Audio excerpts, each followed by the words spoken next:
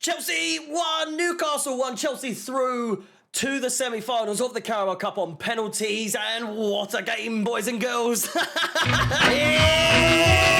Portugal, baby! And what a day, what an evening, what a night of football. Not really. It was a bit shambolic, it's got to be said, for the first 93 minutes or so until MUDRYK put it into the back of the net to see us through to penalties. And yeah, I mean, the less said, the better about the goal that they scored, and more or less the performance that we put in leading up to our goal. Was it deserved? Who knows? Let me know in the comments down below what you think. Before we carry on, rather, please smash the like button. It would mean a great deal to me.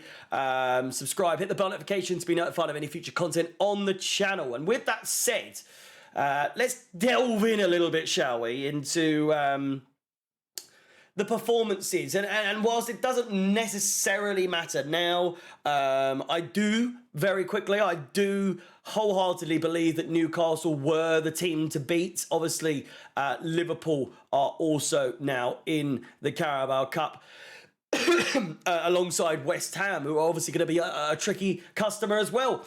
Everton knocked out by Fulham, Port Vale knocked out by Middlesbrough, and Newcastle knocked out by ourselves. Obviously, Liverpool versus West Ham tomorrow at Anfield. So it's going to be one of those ones where it's predictable, but not, because tonight was ultimately, it felt like it was predictable. And then again, when MUDRYK scored, it somehow felt like it was meant to be. Like that was the moment. Like that was the time where he was meant to score. I was saying on the stream, on the watch along, on the byline, he's had so many chances before where it feels like he should have taken his chance, and then for whatever reason it just goes kind of wrong. I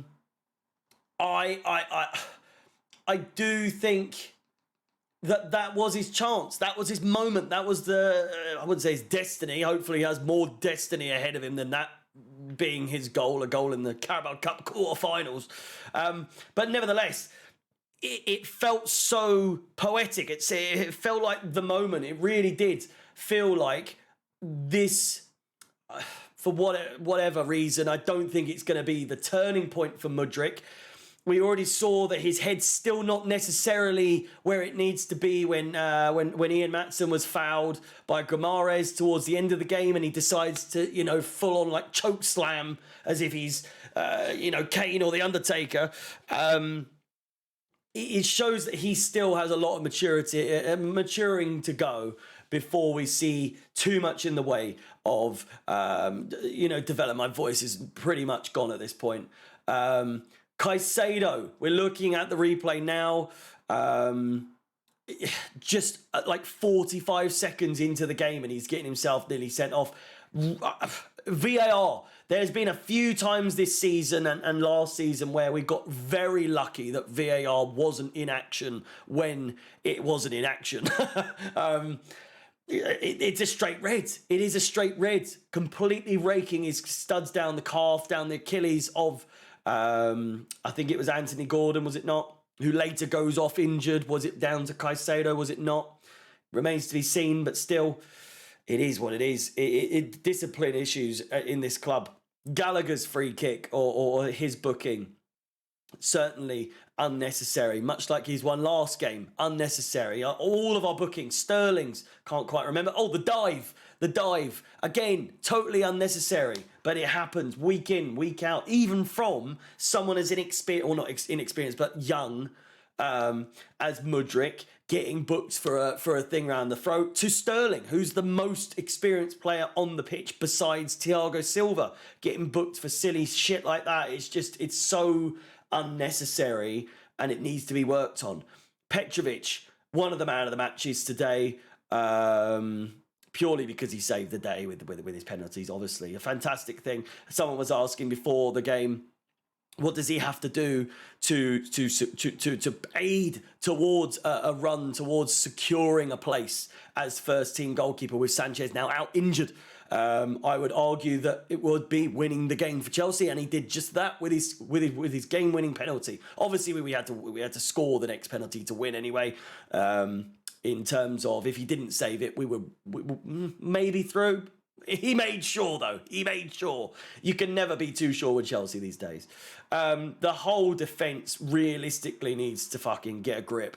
I think it was Disasi, Thiago Silva and Badia Shield that were caught in no man's land. Well, I say caught in no man's land. They were caught in their own backyard with their thumb up their arse and caught with their trousers down and so on and so forth. Colwill he has no reason to be left back anymore. I do not want to see Levi Colwill playing left back ever again. Especially when we saw how good and how influential Malo Gusto was coming off the bench. I want to see. My voice is going. I want to see a Disasi, Thiago Silva, Badia Shield back three, or Colwill in that centre back three. I want the three at the back. I want to see maybe Sterling on the left. My point being, I want Gusto. I want to go back to having fullbacks. That's as simple as that. I hate Chelsea playing with a back four, especially when we don't have readily available fullbacks, because Colwill having to play left back, it stinks. It absolutely stinks. The geezer makes one mistake at least every single game, or he's caught out of position. It was one or the other, and usually it leads to one or the other. Thiago Silva, I compared him to a hoop in that moment. I don't know what that means necessarily, but I think you could probably work it out. Terrible defending, terrible tracking back to try and get in a position to make the challenge, and ultimately was completely useless. As useful as a hoop, basically. Disasi, again, he wasn't really involved, was he, too much in terms of he couldn't do anything. And Badia Shield's mistake just, I'd say unforgivable in the context of the game and it being a quarter final and all that sort of stuff. It is what it is. A bunch of fucking goons, to be honest with you. Caicedo, again, lucky to be on the pitch. Gallagher, a stellar performance beside the fact that he can be a bit stupid. Why are you going for the penalty there? I don't know why you're trying to go and win the penalty in that situation. Desperation, of course, but still. You're meant to be the one to be leading by example, and then Sterling goes and does exactly the same thing. It's the blind leading the blind, isn't it? Fernandes going off with a dicky tummy.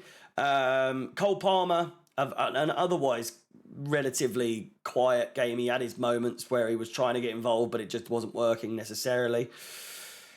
And Jackson, clinically offside all the time. Not a terrible game, which is always the way to describe him. Not a bad game, but not a good game again. I thought it was verging on the better than the worse. Put it that way. Breuer always offside as well. Great to see Nkunku playing. Didn't get to see enough, sadly. Ian Matson got absolutely wiped out. Gamara should have been sent off. Mikhail Mudryk, brilliant goal. What a time to score. Finally makes an impact. And Malo Gusto, one of my man of the matches, came on making crosses, creating chances. Who would have thought that would be possible for Chelsea, and ultimately led to the goal. A fantastic result. I'm not going to say a fantastic performance, but a fantastic result for Chelsea. We're through to the semi-finals. Please like the video, subscribe, hit the bell notification to be notified of any future content on the channel. I'm going to have a soothers or a lozenge or something to work out this throat, but get some rest. I'll see you soon. Yeah, weird. Very weird to be ending this with a win in a cup game, eh? To the semi-finals. My name is Harry out the Chelsea, and peace.